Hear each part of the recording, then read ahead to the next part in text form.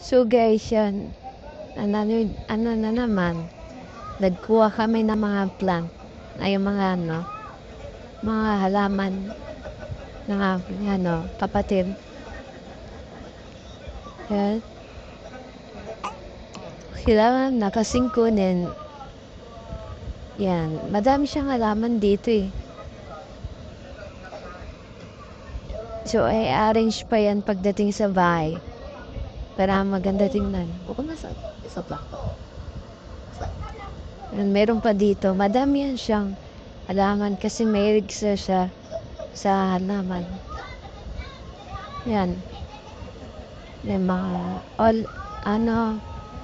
oregano. Tapos mga iba pang mga Yan. So, kailangan ng yan, dalhin yun doon. Yan. Mga 3 balik siguro. Yan. Yan yung una.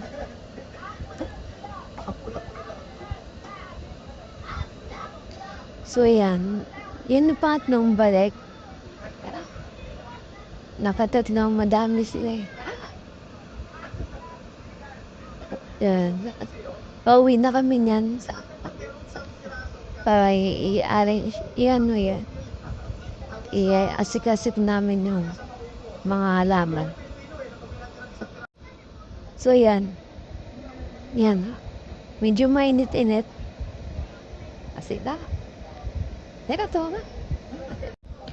Yan. Mainit-init pa yan. Pauwi na kami niyan.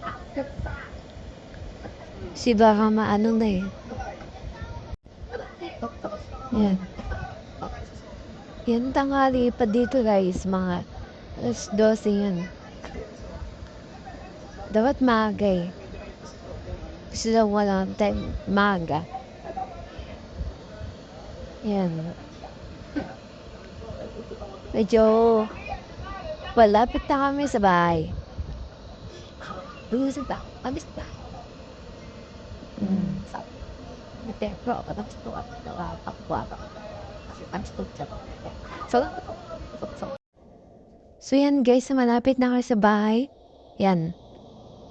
Nandito na yung mga halaman.